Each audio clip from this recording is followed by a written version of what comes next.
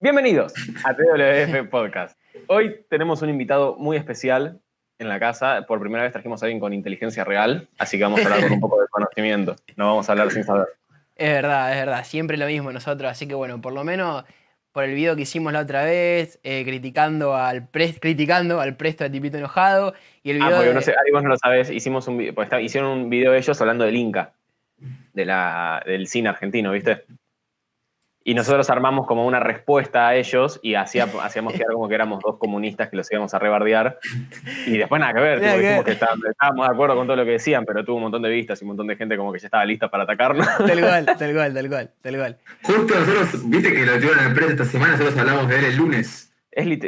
Pasaron muchas cosas graciosas. Hablamos Te de Trump. dije, te dije muchas cosas de la semana yo. Sí, fue increíble. Porque me junté con Ari el otro día. Bueno, pero primero vamos a presentarte. Presentate vos mismo porque vamos a tener problemas. ¿Cómo me Ari, presento a mí mismo? Ya me presenté y dijeron, yo soy ya muy inteligente, me pusieron en un nivel muy alto. bueno, Ya. contanos qué estudiaste y Claro, contanos un contanos poquito de tu currículum. A ver, tirá currículum cuánto arriba te de la miden los mesa. brazos. ¿Cuánto te miden los Tiro brazos? currículum. Bueno, nada, me llamo Ari, dijo ahí Rasta. Sí, yo soy el pata, por lo que no sabes. Ese Rasta que tenía rastas. Sí. Bueno, nada, cumplí 22 años hace un mes.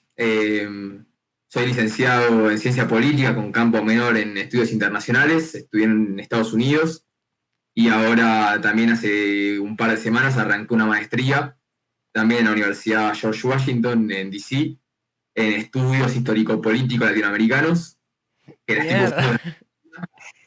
cursando por la pandemia, así que buena presentación. Ya me puedo ir. Sí, ya está, Ariel. Eso era todo, queríamos quedar bien. Eso era todo. Bueno, listo, gente. Che, Rasta, Ahora ¿vos qué estudiaste, amigo? Yo estudié macramé en la... No, mentira. Yo estuve en la Universidad de Circo, en La Matanza. Bueno, bien, entonces trajimos realmente a alguien que sabe un poco de política y vamos a hablar un poquito de la situación actual del mundo. Y fue muy gracioso porque lo que está diciendo Ari es verdad. La semana me junté con él y habíamos hablado de Trump, una pavada. Al día siguiente lo nominaron al Premio Nobel de la Paz. Después habíamos Yo, hablado... en la conversación yo le decía a Rasta que él me preguntó, viste, qué opinaba de Trump y cómo lo consideraba en Estados Unidos, viste, porque bueno, es controversial al ser tan extrovertido y al tener una forma tan directa de ser. Y yo le decía que él, siendo incluso como es honesto, porque dice lo que piensa y trata de hacerlo, y eso en un político es rescatable, porque la verdad que muchos dicen muchas cosas y hacen lo contrario o no lo hacen. Él lo hace, por más que pueda estar de acuerdo o no después. Y aparte yo le decía que incluso el tipo mostrándose tan agresivo y tan, controversial, había retirado tropas de zonas de confrontación de Estados Unidos y a su vez había logrado que Israel firme acuerdo de paz con otros países árabes en Medio Oriente, y le dije que Obama ganó el Premio Nobel de la Paz por mucho menos. Y el otro día lo nominaron al Premio Nobel. Así que nos estaban escuchando esa conversación y dijeron, bueno, si Ari dice esto, vamos a nominarlo. Si Ari lo aprueba, lo aprobamos. Bueno, pará. Bueno, ¿Y estaban hablando algo del Presto también, justamente? no, ahí yo hablamos un poquito, no me acuerdo de algo de eso, Sí, levemente, y al día siguiente lo metieron me preso. preguntó qué opinaba, o sea, hablamos del Presto, de que bueno, también medio controversial, ¿viste? Tiene una forma muy directa de presentarse. Yo dije que la verdad que me parecía un tipo bastante impresentable, porque al tener un nivel de alcance de ese nivel, tenés que expresar con quizás, o por lo menos a mí me gusta que la gente cuando está en ese tipo de nivel que lo escuchan muchas personas, se comunican y se expresan con un poco más de diplomacia. Pero bueno, son gustos en realidad. Quizás él tiene una forma de expresarse que a mí no me gusta, eso no lo hace a él bueno o malo, es simplemente un gusto. A mí Claro. no me gusta. Eso no significa que él sea malo, es más, tiene ideas que son bastante cuerdas y otras son bastante más para sátiras que otra cosa, pero bueno, son... Yo creo que lo importante de recordar es que lo primero que es el Presto, Tipito Enojado y todos estos, al menos en un inicio, es entretenimiento, más que nada. O sea, son Claro. periodistas, bueno, el Presto particularmente es periodista, pero también lo busca de un lado más de entretenimiento, por eso también para mí tiene tanto seguimiento, porque el flaco lo hace divertido. Pero bueno, últimamente las cosas se están dando de un punto tan extremista en Argentina que ya pasaron a ser, Hmm. ¿cómo se llaman? Los odiadores, ¿es que les dicen ahora? Sí, los odiadores. Haters, sí. Sí, sí. Pero tiene un nombre, no me acuerdo, se me olvidó. Creo que le dicen los odiadores, una cosa así. Y te pregunto, vos, digamos, por lo que estudiás todo, vendrías a ser una especie el Agustín Laje de Capital, una cosa así, por así decirlo. No tan así. Bueno, viste, mucha gente me pregunta, pero vos estudias para ser presidente, vos, o sea, vos querés ser político. No, en Acá realidad, te votamos, Ari, así que ya tenés 2 votos. dale, gracias.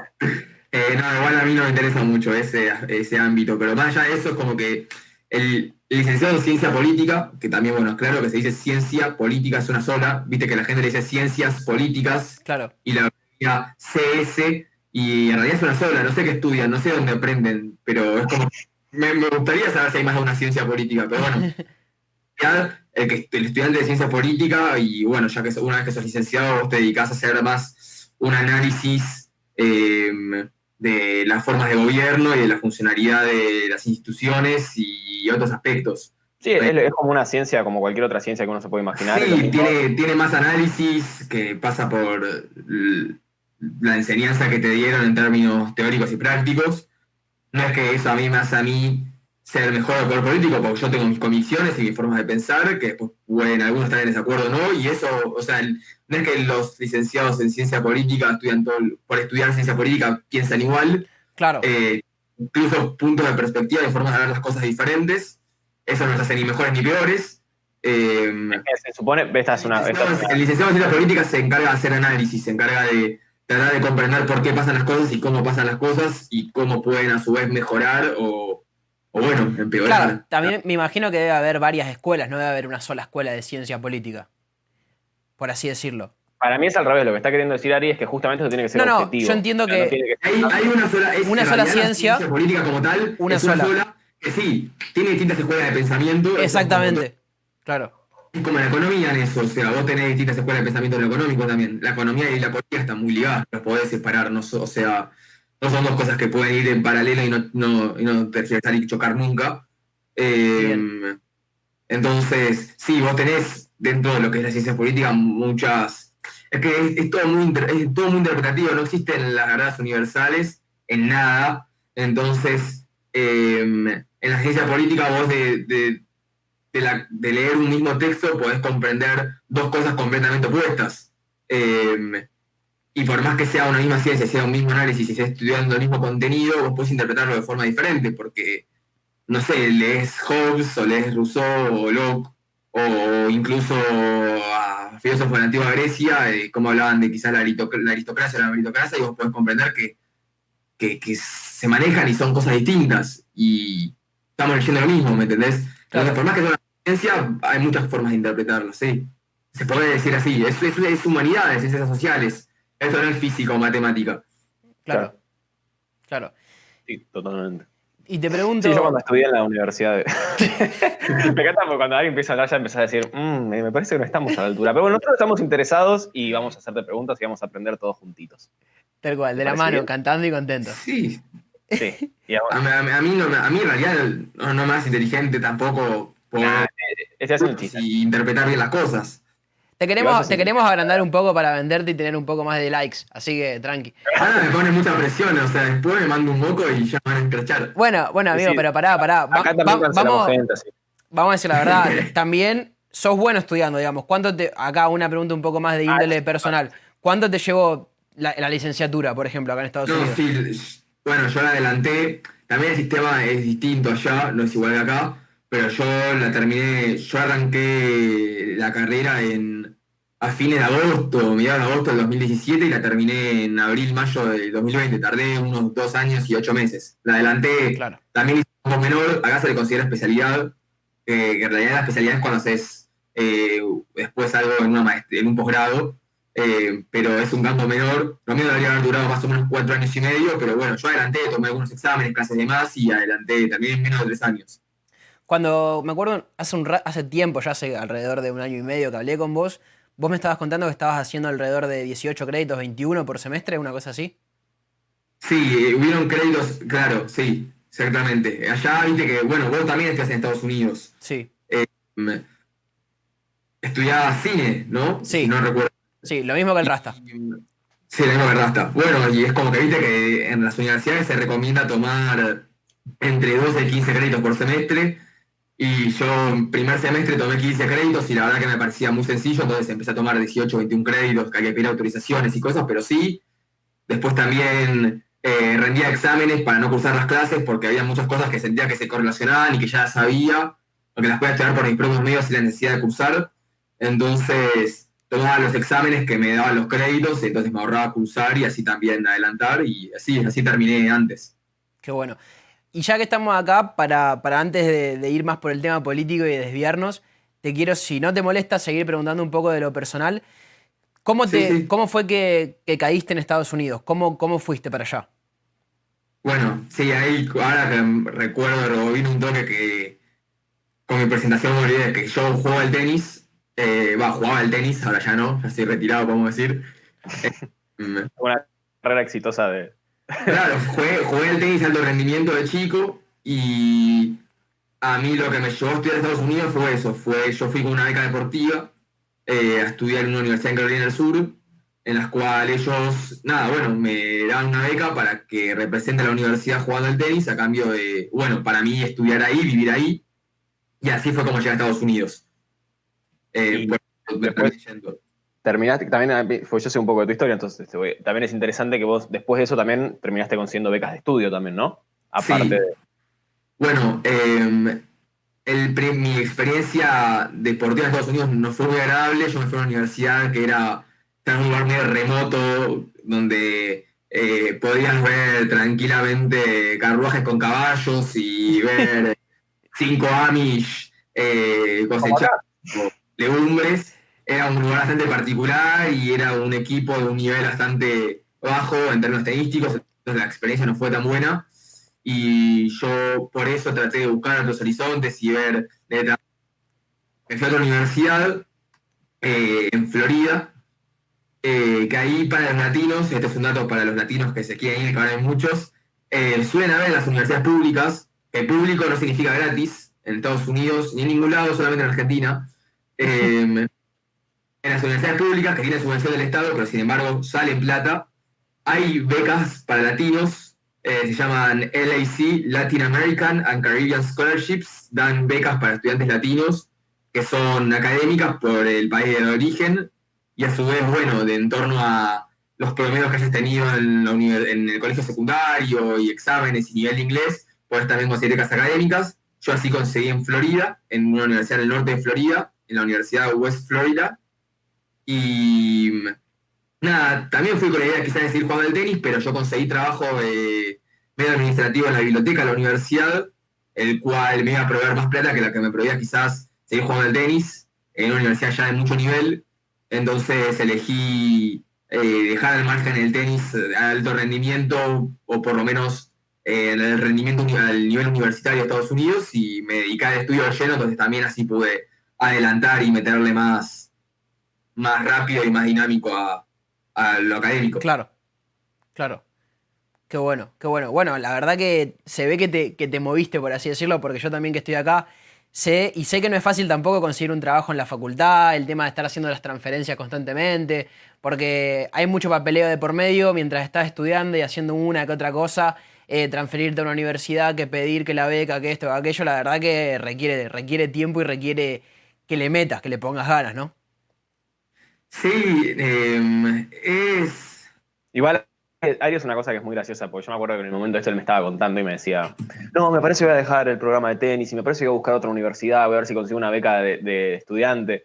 Y yo cuando me dijo eso, yo le dije, bueno, Ari, me parece que tenés que seguir jugando al tenis, no sé si es tan fácil. Y tipo, a los 2 días, bueno, ya conseguí una beca, ya, Qué ya me grande, voy a ir a la universidad, fue un grosso, Ari. qué Fue muy grande. gracioso.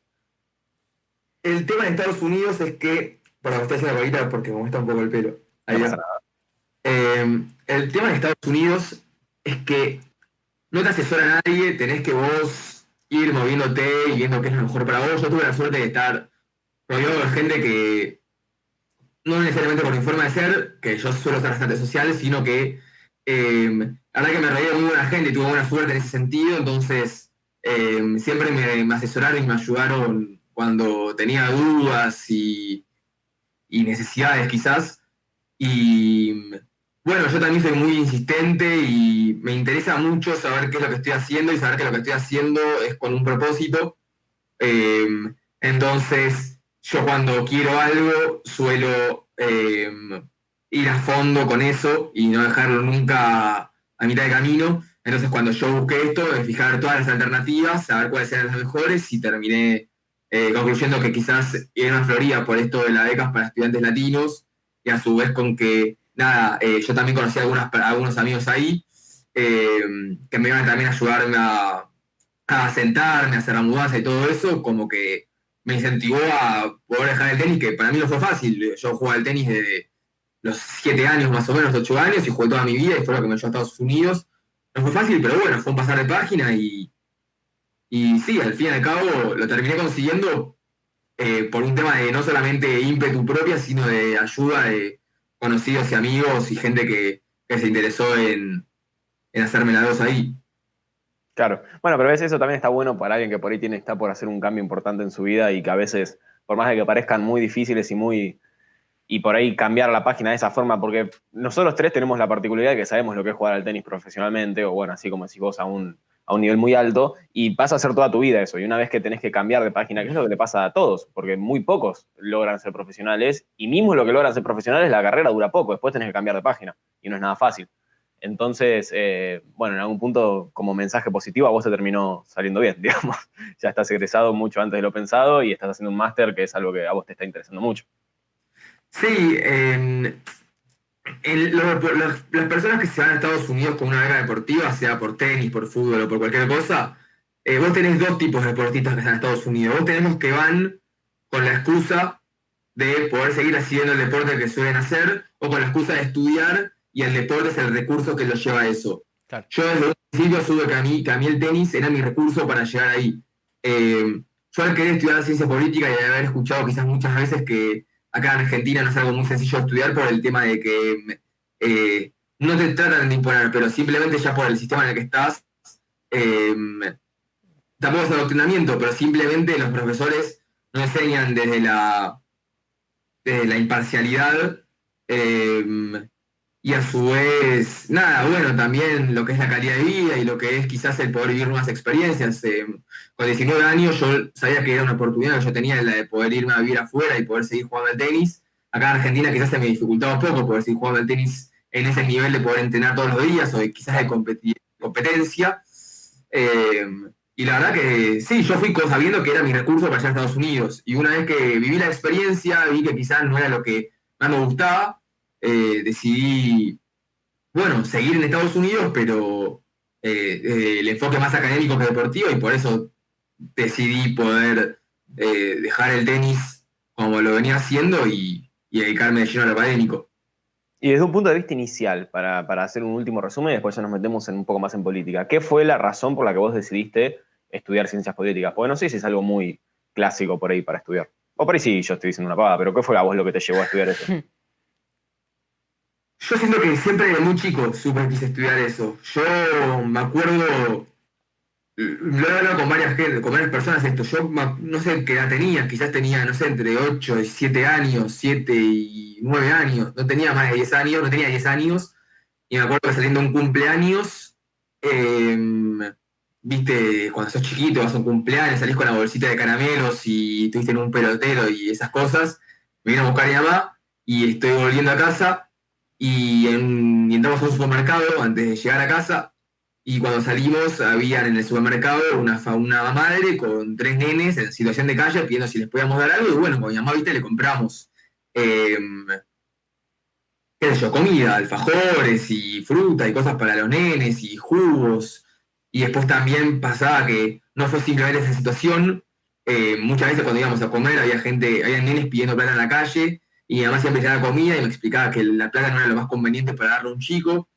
Pero como que en sí ese señor mi mamá me dio a entender que la pobreza o que esa gente, yo le pregunté por qué esas personas, esos chicos no están saliendo un cumpleaños como yo y están teniendo las oportunidades que puedo tener yo de nada, de poder ir al colegio y después poder ir a mi casa y poder comer. Y ella me dice que bueno, que vivimos en un mundo en el que no todos lamentablemente tenemos las mismas posibilidades. Entonces creo que en realidad la desigualdad fue lo que a mí me hizo tratar me dio el interés por entender por qué pasa eso.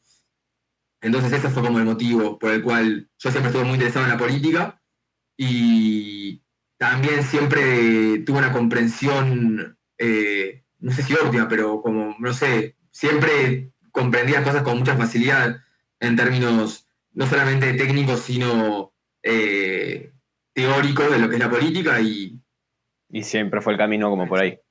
Y querés sí, cambiar el mundo. siempre sentí que era por ahí lo mío. Yo también hice modelos de Naciones Unidas, siempre me interesaban las relaciones internacionales. Siempre fui muy bueno debatiendo, vos ahora hasta me conocés en ese. Siempre Muy- fui muy bueno, siempre sí. fui muy bueno manteniendo posturas y argumentando por qué esas posturas. Yo trato de hablar de lo que sé. Y la verdad que la política, al ser algo que es algo muy particular, porque la política no todos realmente saben, y sin embargo Todos eh, hablan. tiene una injerencia en la vida de las personas que hace que hablemos de eso. Entonces, Sí, igual yo no sé qué creerán me ustedes, interesaba pero poder saber hablar de eso con propiedad. yo no sé qué creerán ustedes, pero yo recuerdo que cuando yo era más chico, estoy hablando, yo tenía 14, 15 años, 13, 12, no era común que un chico se interese tanto en la política. No sé si es algo más de países o qué onda, pero no era algo muy común acá. Y yo creo que hoy en día todos los pibitos de 13, 14 años ya saben a quién votarían, más que ya por lo que los padres le dicen, obvio. Pero como que siento que es algo que se hizo mucho más presente, o solo yo lo veo así. ¿Ustedes qué opinan? Eh, y yo creo personalmente, si estamos hablando desde Argentina, que un poco el tema de las redes sociales y de que esté tan... Porque vamos a decir la verdad, antes era raro que un chico viendo la televisión se ponga a ver un canal de noticias. Sí, obvio. Ahora capaz que un youtuber que habla de política se lo ponen a ver. Sí, o mismo le llegan en Twitter le llegan las noticias y ahí sacan sus propias conclusiones. Creo que para mí sí puede ser, tiene sentido lo que decís, y si tiene sentido pasa por ese lado, me parece. Por un tema de los medios de comunicación. Sí, creo que sí. Sí. ¿Vos cómo lo ves, Ari, eso? ¿Como que vos sentís que es algo de ahora o que siempre se mantuvo este interés por la política? No, yo creo que ahora específicamente con la situación que el mundo está viviendo es como que se hizo el día a día de también los chicos, entonces tienen un interés que surge desde la naturaleza, es curiosidad general, o sea, es el por qué no puedo ir al colegio como el año pasado y qué va a pasar el año que viene. Sí, Y igual yo no me refería tanto a este año particular, que es muy atípico, sino por ahí los últimos años, que este tema de la grieta que le dicen acá en Argentina, de la división de dos partidos, siento que obviamente siempre existió eso, sobre todo si vamos a Estados Unidos, siempre fue un tema partidista, pero como que hoy en día me da la sensación de que el hecho de la necesidad de estar en un equipo y la necesidad de decir yo soy de tal equipo y el otro equipo se tiene que morir, yo soy de Boca y aguante River, todas esas cosas que para mí se traducen a la política hoy en día está mundialmente siendo un tema que es constantemente debatiéndose. pero estábamos hablando de los chicos, yo por eso iba a eso. La pregunta era si los chicos tenían más, o sea, ahora tienen más interés que el que teníamos Pero eso, nosotros. o sea, no digo tanto este Yo año, pensé que porque hablamos por los chicos, por eso respondía eso. no, es Sí. que los chicos también lo veo en el mismo rubro de lo que estoy diciendo a los chicos, como que el hecho, por ahí no lo piensan tanto ellos, sino que lo repiten, pero como que están mucho en un equipo. Y por Pero eso por eso yo, a lo que iba es eso, es el que cuando nosotros éramos más chicos quizás, o sea, no sé, hace 10 años, quizás no tenías una oposición formada como la de ahora, y a su vez tampoco tenías las controversias políticas, tenías las crisis institucionales o económicas que estás teniendo ahora. Creo que ahora estamos peor quizás que hace 10 años, y, o por lo menos el mundo está experimentando cosas que nunca experimentó, y en términos de los chicos, cómo les puede cambiar eso a comparación de cómo nos cambió a nosotros la política, por más que en mi caso no es ese, porque a mí siempre me interesó. Es un factor importante la actualidad. Es un factor importante para que los chicos hoy estén más interesados que nosotros quizás en su momento. Y esto de la grieta y de pertenecer a algo, yo no sé si es necesariamente por eso que quizás los chicos se interesan más o esperan su curiosidad. Yo creo que vos lo decías, lo dijiste bien en un momento. Hoy creo que los medios de comunicación tienen un alcance mucho más amplio que el que tenían cuando nosotros hace 10 años. Y hoy los chicos son parte de ese mundo activamente. Nosotros a los 10 años, yo creo que el primer teléfono lo tuve a los 13 años o a los 12 años. O sea, yo viajaba solo en colectivo a los 12 años y porque no tenía teléfono, o tenía un teléfono de tapita que solamente hacía llamadas a mis papás. Y ahora los chicos con 12 años, ya con una computadora, están conectados con gente en la otra punta del mundo, y no solamente eso, sino que hay un nivel de dependencia de la tecnología mucho más grande que también hace que accedan a cosas como Twitter o Facebook o Instagram y diarios y cosas a una edad mucho más temprana que la anterior.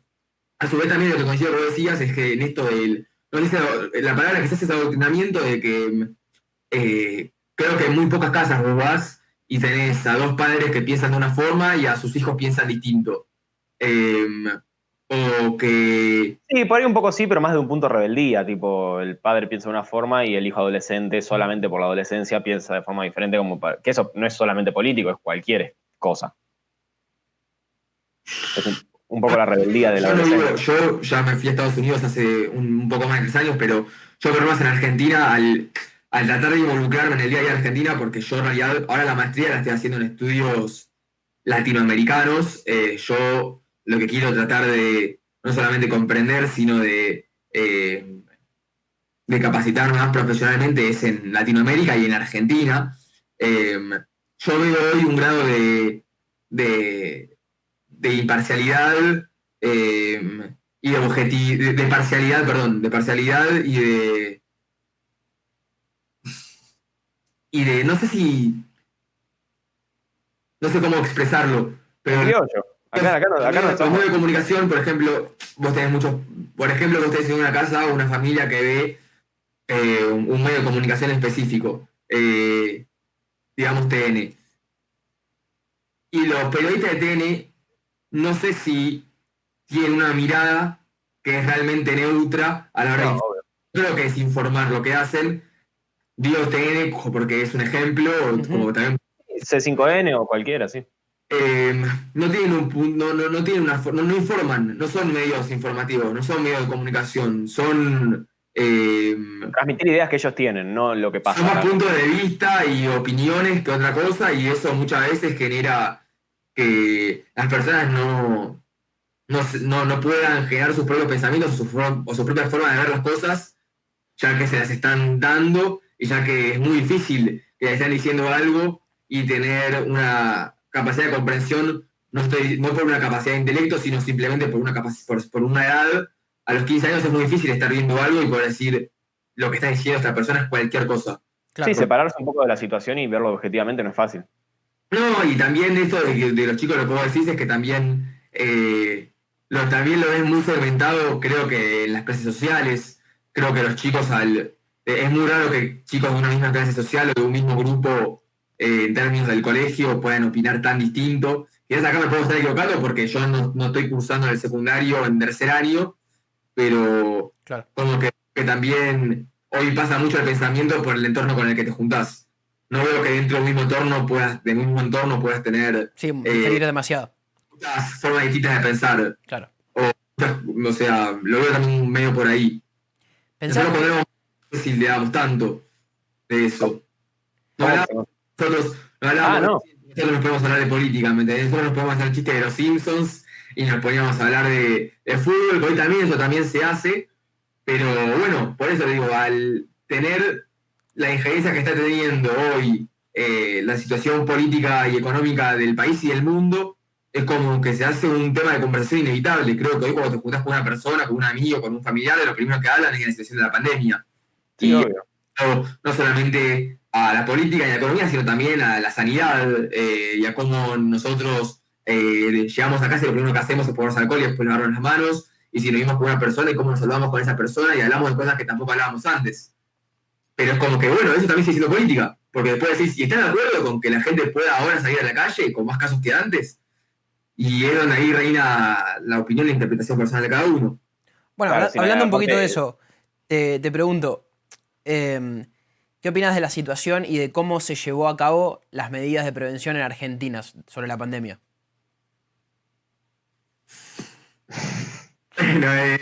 Sacando los, ¿cómo se llama? Los picos, las antorchas. A ver, Ari, ¿cómo opinas? Creo que la cuarentena fue impuesta tempranamente, bien. Creo que se necesitaba expandir el sistema sanitario, se necesitaba reforzar la unidad de terapia intensiva y poder tener la capacidad de que si esto explotaba como explotó, poder amortiguarlo de la mejor forma para que la baja sea las menos posibles. Pero bueno, es que también, al ser tan larga, afectó en otras cosas que podrían haber sido un poco más, que se podían prevenir, que podían ser evitables. Eh, A mí hubo algo que... hoy que sale de cuarentena ya está mal, lo dijo el presidente, creo que se lo dijo muy bien. No estamos más en cuarentena, hablar de cuarentena es simplemente los medios de comunicación que quieren imponer ineficacia del gobierno, imponer órdenes, y en realidad el gobierno no está imponiendo nada porque ya acá en la ciudad por lo menos no te piden ningún permiso de nada, puedes ir a cualquier hora, ya puedes ir a comer a restaurantes, ya hay locales de ropa, puedes ir a la peluquería, es como que ya no estamos en confinamiento, no estamos más en cuarentena. Pero yo creo que realmente eh, estas medidas progresivas y paulatinas de aperturas de distintos comercios deberían haber arrancado mucho antes, porque la verdad que el contagio era inevitable, o sea, era inevitable, hay un conglomerado de gente que va y viene de la ciudad a la provincia y viceversa, que es constante, era inevitable que la gente se contagie, simplemente lo que había que tratar de hacer era que la gente se contagie lo más progresivamente posible para que no estén todos juntos en el hospital y que no colapse el sistema, que estamos viendo cómo a poco ya está colapsando en algunos lados y cómo se están quedando sin camas en algunos hospitales.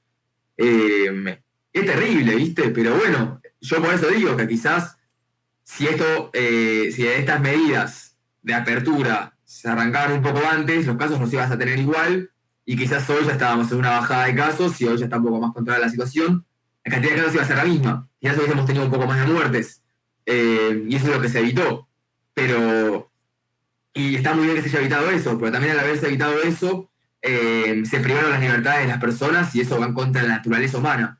Tal cual. Y el daño económico.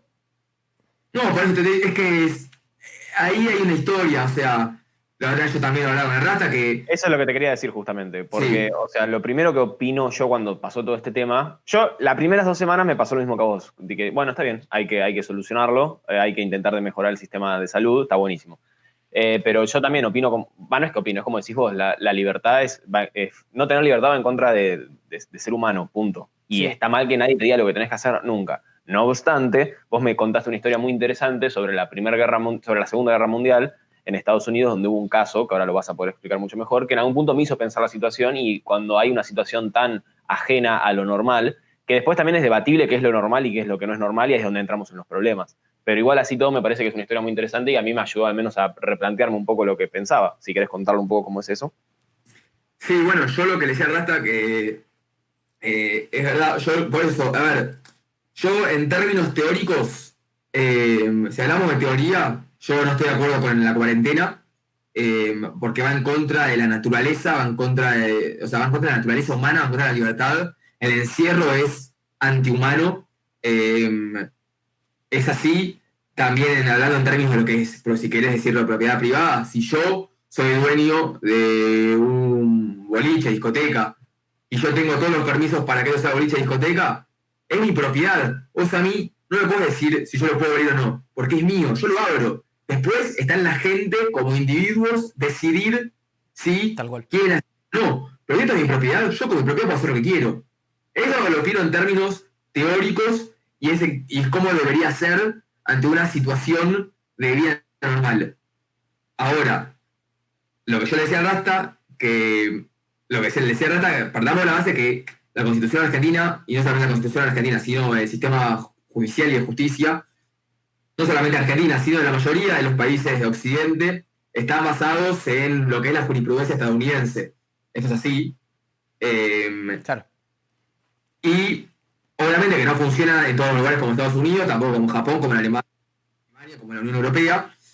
Sin embargo, en Estados Unidos, que bueno, es considerado el país de la libertad y de las libertades individuales, en 1917 yo le contaba a Rasta que la Corte Suprema, cuando hubieron las dos guerras mundiales, se determinó o sea, la Corte Suprema, o sea, argumentó en un caso que se llamaba Schenck versus the US, Schenck contra Estados Unidos. Sí. O sea, no sé si algún interesado lo quiere o lo puede buscar. Básicamente lo que pasó es que en la Primera Guerra Mundial, Estados Unidos tenía una política de Estado al comienzo de la guerra que era medio, viste, de aislamiento y de que la guerra es en Europa.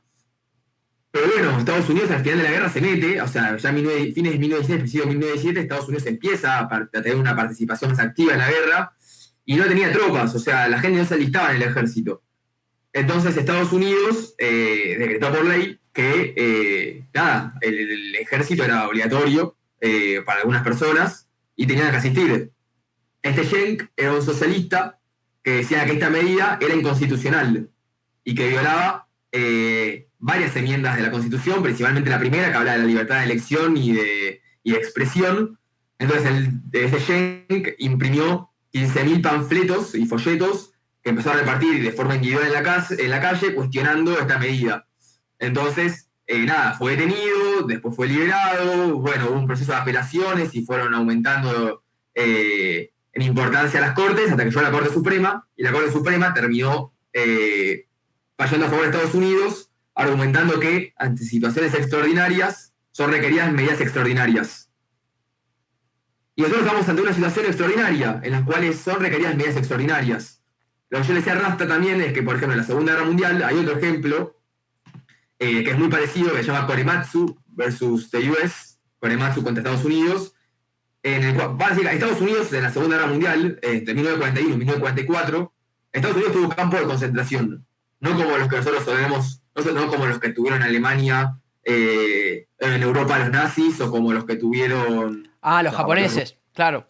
No como los rusos tuvieron los Gulag, o como los norcoreanos tienen campos de concentración. Estados Unidos tuvo campos de concentración en la Segunda Guerra Mundial, en la costa oeste, en la cual estuvieron confinados o detenidos, es la palabra correcta, 300.000 personas de descendencia japonesa.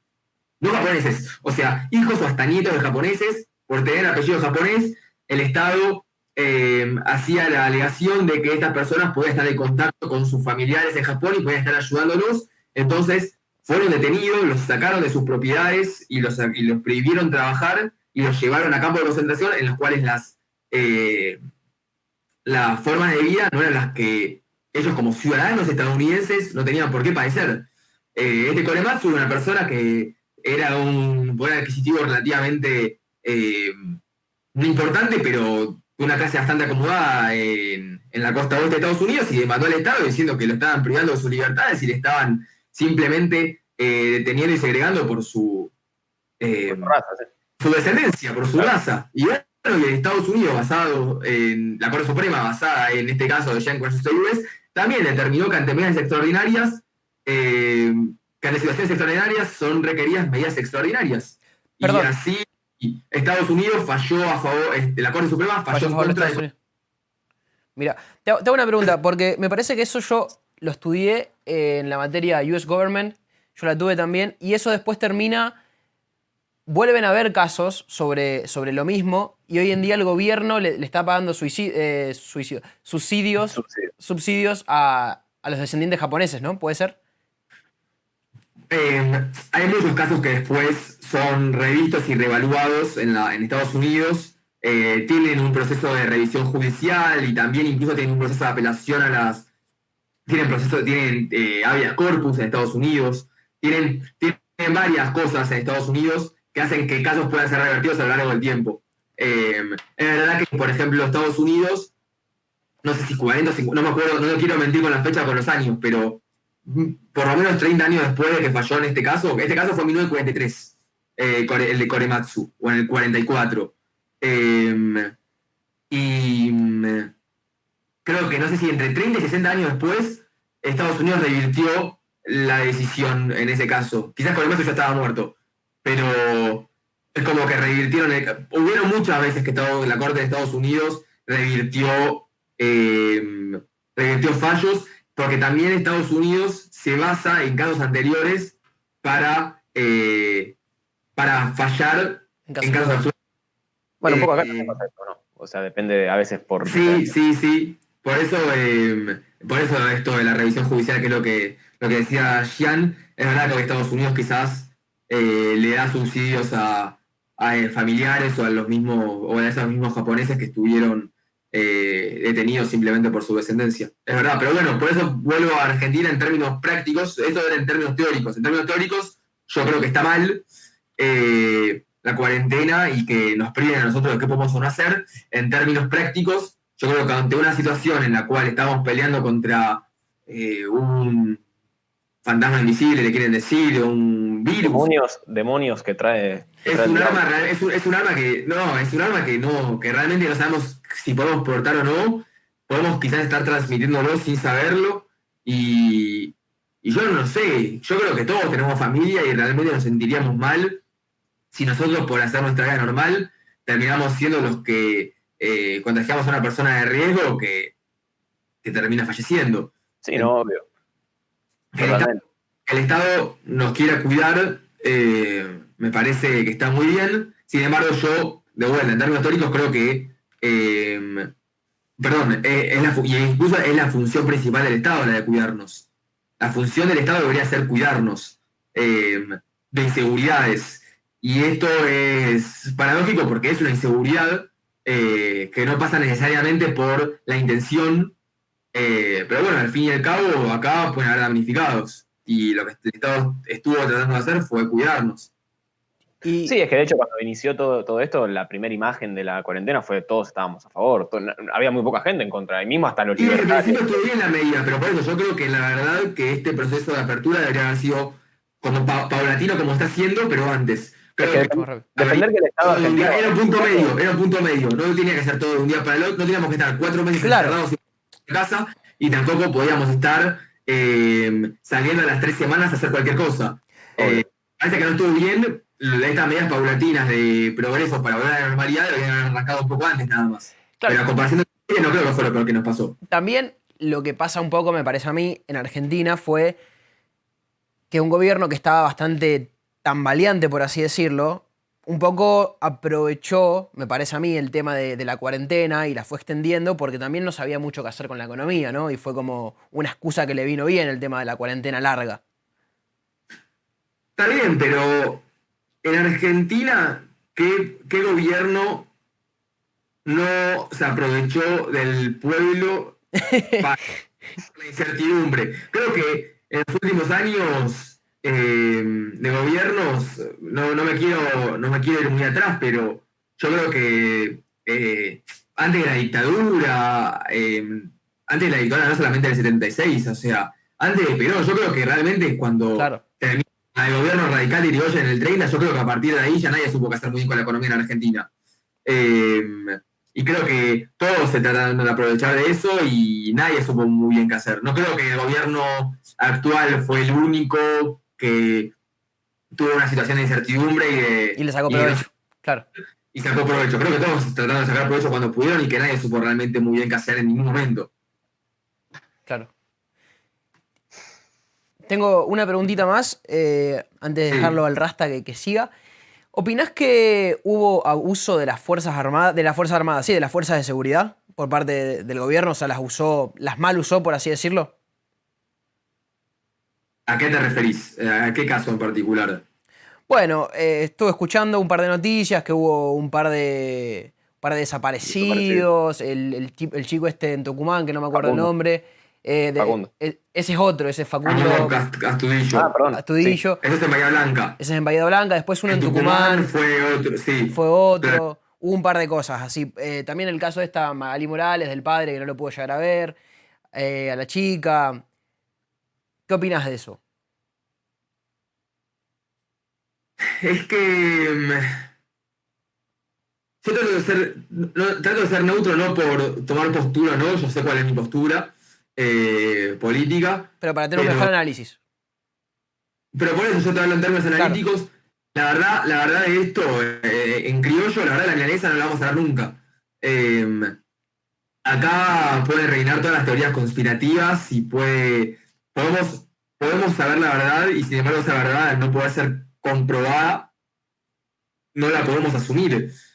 Acá yo creo que no existen las verdades universales, creo que existen muchas verdades distintas, porque son simplemente mismos sucesos son interpretados de forma diferente. Y no sé si hubo abuso, es que también pasa eso acá en Argentina. Nosotros tratamos de basarnos en lo que nos dicen las instituciones y el Poder Judicial acá no funciona, no es que funciona mal, no funciona. En el caso de Candela, ¿se acuerdan del caso de Candela? Sí. en el 2011, Sí. creo que fue, se falló hace 3 meses. O sea, los 2 imputados estuvieron 9 años para terminar siendo condenados. La condena termina siendo justa, porque es una cadena perpetua que no es perpetua. La cadena perpetua por el Código Penal argentino es de 35 años.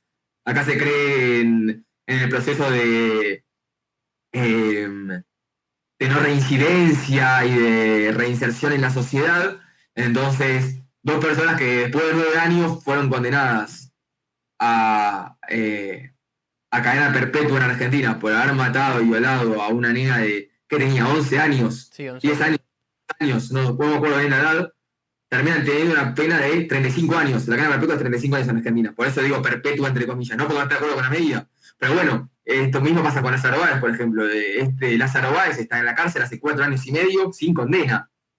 Y la gente se enoja porque el tipo vuelve a su casa. Mirá, si el tipo es culpable, tiene que realmente ir a la cárcel y cumplir la condena, pero es inocente hasta que se muestre lo contrario y la justicia se está tomando un tiempo para terminar de analizar miles y miles de pruebas. Entonces, la justicia falla y nosotros no podemos asumir que hay abuso o represión mientras no tengamos las pruebas por el simple hecho de que siempre pasó esto.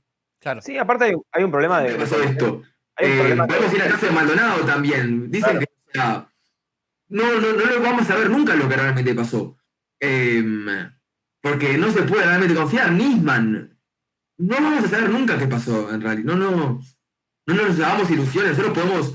La gente puede... En ciencia política, por lo menos a mí, uno de mis profesores, lo primero que nos dijo en una clase fue: si a ustedes les gustan las teorías conspirativas y de ustedes eran las teorías conspirativas, vayan a estudiar otra cosa. Entonces, yo no soy muy propenso a leer o creer o escuchar teorías conspirativas, pero vamos a estar escuchando teorías conspirativas durante todas nuestras vidas, que cierran y que tengan sentido, y al fin y al cabo nunca saber si son reales o no. Y con la misma realidad pasa lo mismo.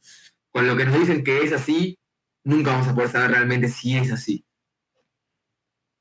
Sí, es que sí. Y el tema, bueno, hay un tema con lo que dice Jan también de que a ver si la fuerza, porque a veces también pasa que son casos de gente que es un desastre esa persona o ese grupo de personas que después todos terminan bancando porque está el simple hecho, porque a veces uno quiere echarle la culpa de una situación horrible a un gobernante porque es el líder de la situación, pero por ahí fue el caso de un flaco que fue un hijo de puta que tiene que ir preso a ese flaco y por culpa, o sea, no, es como que no es fácil tampoco implementar en quiénes son los culpables de todas estas cosas que pasaron, que claramente pasaron y son cosas a obviamente investigar, pero como dice Ari, nunca vamos a saber nada porque eso nunca se termina. La justicia en este país nunca me parece que es algo que podría ser de lo que estemos ni cerca de estar...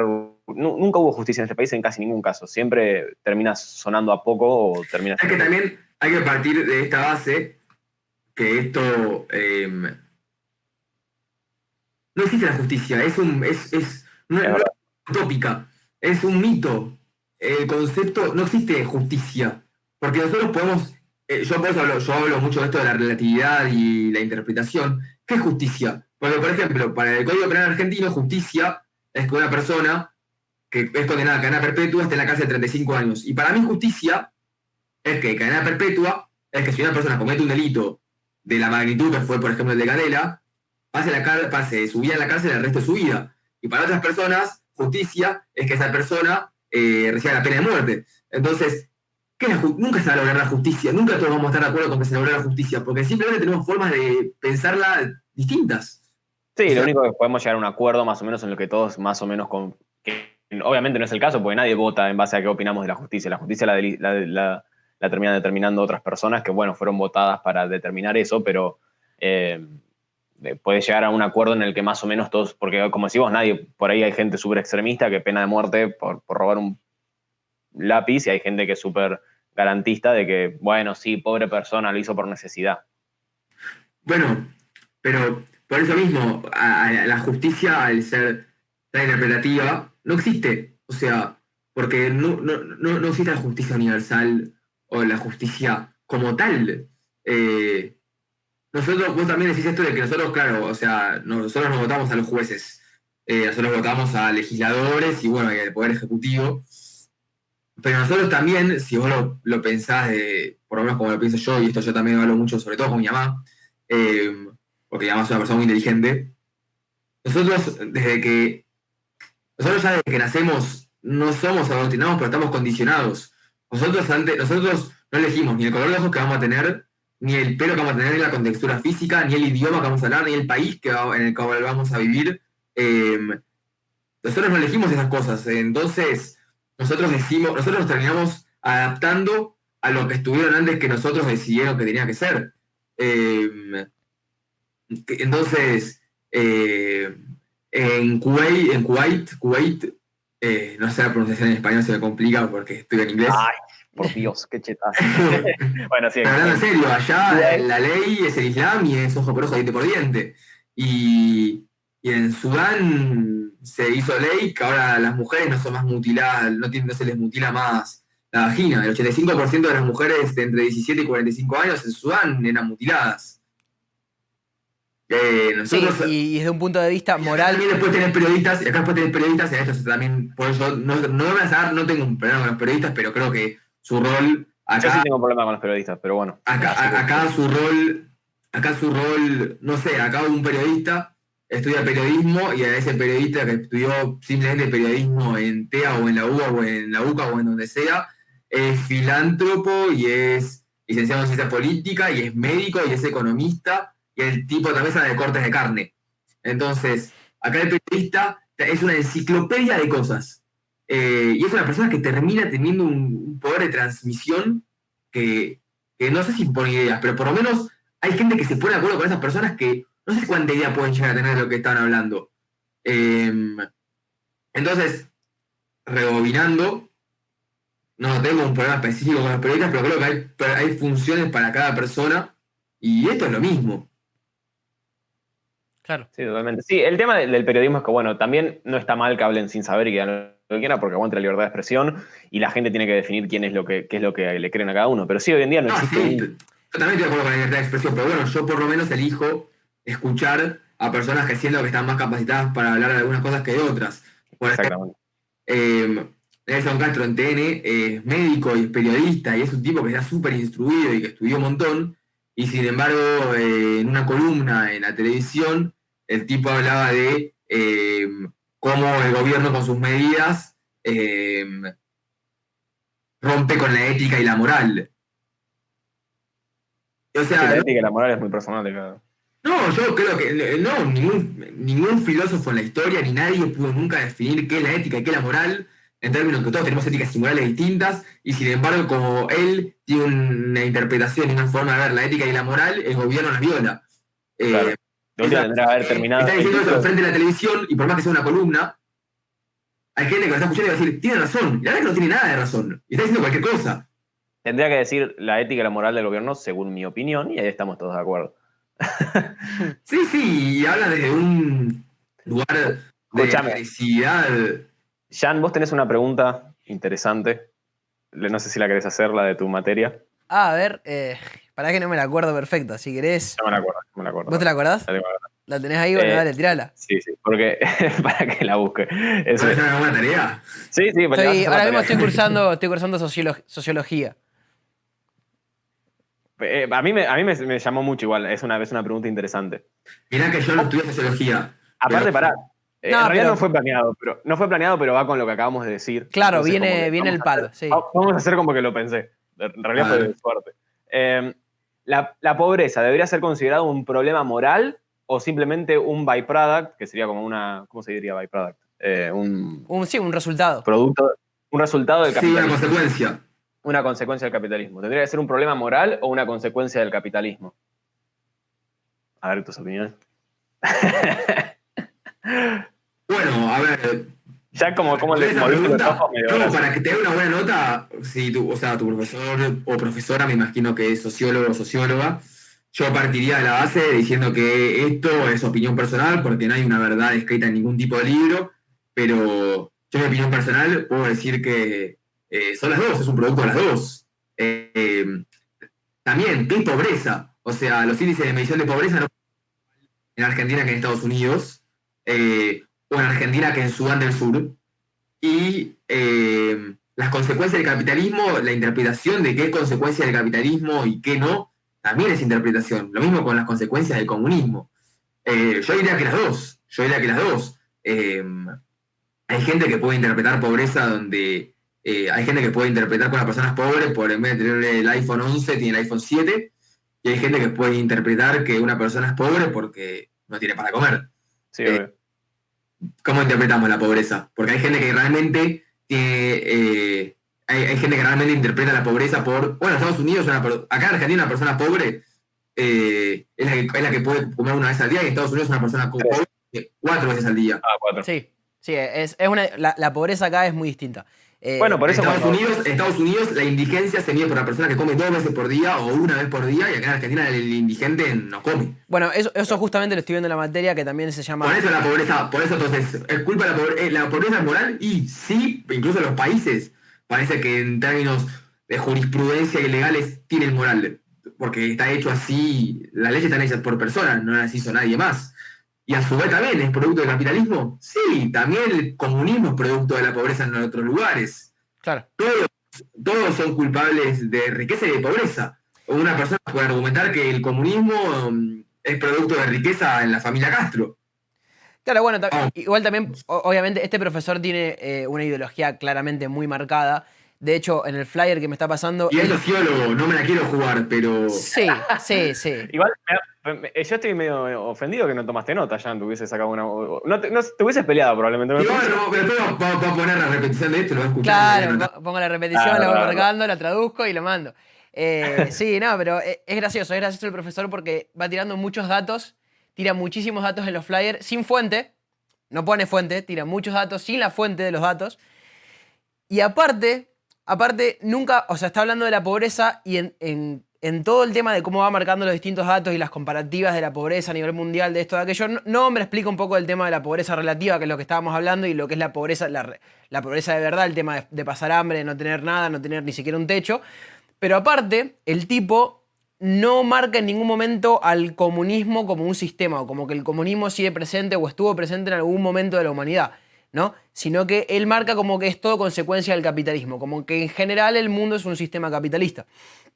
Entonces, es raro el tema del profesor este, pero sí, vamos a ver cómo le contestamos. Sí, igual es muy fácil de contestar eso, pones una lista de los países capitalistas y cuánta pobreza tienen, y ya está, ya como que los países más capitalistas son los que menos pobreza tienen en general. No todos, igual hay algunos casos particulares, pero... Bueno, pero es que igual ahí también entra en la tasa de cómo vivimos la pobreza. ¿Cómo vivimos la pobreza y cómo vivimos el capitalismo? Porque también hay gente que dice que los países... ¿cómo se llama? Como Suecia o países así, son socialistas. La regla creo que, para mí, o por lo menos es mi regla de la vida, es que no podemos generalizar en nada y no podemos asumir verdades universales, porque no podemos salvo la ley, salvo tu ley, nada. Salvo tu ley que no podemos... ¿Cómo? Nada, perdón, hice un chiste mal. Digo, porque no sé. Bueno, es que sí, es que justamente generalizar es un problema y es que también es difícil por ahí plantear problemas tan macros sin generalizar, digamos. Y es que por eso también es un sistema tan simplista y que tiene tantas fallas. Es súper complejo, la verdad, no es nada simple, y queremos hacer simple lo complejo y queremos hacer fácil lo difícil. Entonces, no podemos generalizar y sin embargo generalizamos. Y asumimos verdades universales y no podemos asumir verdades universales. Tenemos que tener la capacidad de poder tener la mente abierta y de que quizás en algunas cosas estamos equivocados y en algunas cosas podemos instruirnos más para incluso fortalecer nuestro argumento y nuestra razón. Pero yo creo que ninguna persona para conversar puede estar convencida de ideas y de que son las únicas funcionales, porque está comprobado que no es así. Siempre, sí, quizás el capitalismo en términos históricos prevaleció o terminó dominando el comunismo, porque en realidad, bueno, tenés la Guerra Fría. Nosotros hablamos de cuántos países comunistas exitosos, cuántos países capitalistas exitosos, o cómo el capitalismo terminó sublevando al comunismo. Y bueno, una persona puede tranquilamente argumentar que la debacle del comunismo surge del imperio capitalista yanqui que termina bajando a la Unión Soviética, por ejemplo. Entonces, se puede argumentar eso. Yo creo que tu profesor de sociología tiene las herramientas para lo que dice. Tal las cual, tiene. tal cual. Pero por eso mismo, Yo lo que digo es que simplemente por más que sepamos cómo pensamos, no tenemos que estar convencidos de que somos los dueños de la verdad y de que si alguien opina distinto a nosotros, son unos burros y no saben nada. Porque no es así. Yo no estoy de acuerdo con vos y me parece que sos un fascista. No, sí, es que totalmente. En Argentina hay una cultura de que todos sabemos todo. O sea. Sí, y si no estás de acuerdo con lo que yo digo, sos Hitler. Eso es el nuevo insulto de moda. Sí, pero es como. Yo, bueno, siempre doy este ejemplo que, bueno, yo por lo que decía al principio, quizás es un poco controversial, en el sentido de que, como la política nos afecta a todos, es algo que todos hablamos y nos instruimos como podemos y por lo que escuchamos. Pero bueno, o sea, si yo tengo un reloj y se me rompe, voy a llevárselo para que me lo arregle un relojero. No lo voy a llevar al zoológico. Y si voy a construir un edificio y tengo que levantar un edificio de la nada, contrato a un arquitecto, no contrato a un diseñador gráfico. Esto es lo mismo en alguna forma. Si estamos informando, si estamos tratando de informar, estamos tratando de expresar ideas, no podemos preguntarle a cualquier persona. Por más que la libertad de expresión y la libertad de pensar libremente, que está perfecto. Pero cuando ya esto es a niveles macro, como no podemos controlar a quién escucha, como no podemos controlar a quién va a hablar por la libertad de expresión, por lo menos tenemos que tratar de elegir bien. Sí, el responsable de saber qué escuchar es uno, más que los boludos que hablan lo que quieren hablar. Por eso mismo, yo simplemente. Lo que me parece raro que haya gente escuchando esto, porque que nos escuchen a Jenny y a mí. Justo hoy tuvimos un invitado que realmente sabe, pero bueno, como que no somos la fuente de información más eficaz. Pero bueno, gracias a Ari que hoy vino a ayudarnos y nada, aparte me gustó mucho el mensaje, el último que diste, porque está muy bueno, porque es muy difícil pasó alguien hablando, perdón. Es muy difícil, tipo, separarse de lo que uno piensa e intentar realmente con mente abierta escuchar todas las opiniones, porque es lo más importante y es la única forma de que nos encontremos todos en el medio y nos abracemos y seamos todos felices. Porque si seguimos pensando que una sola forma de pensar es la que va a determinar algo, estamos equivocados y siempre va a haber gente que está en contra y gente que va a estar infeliz. El secreto está en los abrazos en el medio, chicos. Ahora no se puede por el distanciamiento social, pero nos podemos chocar los codos en el medio. Bien, bien, bien. Me gustó, Rasta, las palabras. Señor Ari, ¿algo más que quieras agregar a todo esto? Ya te sacamos mucho tiempo, Ari. No, ya me pregunto, si quieres hacer una pregunta más, pregúnteme. ¿Cómo tenés el pelo tan lindo? Contame. ¿Qué? ¿Cómo tenés el pelo tan lindo? ¿Qué es lo que haces? ¿Le pones mayonesa? ¿Cómo? No, uso Head and Shoulders y me voy a poner en gel también, porque están higienizados. Hay que estar higienizado, muy bien.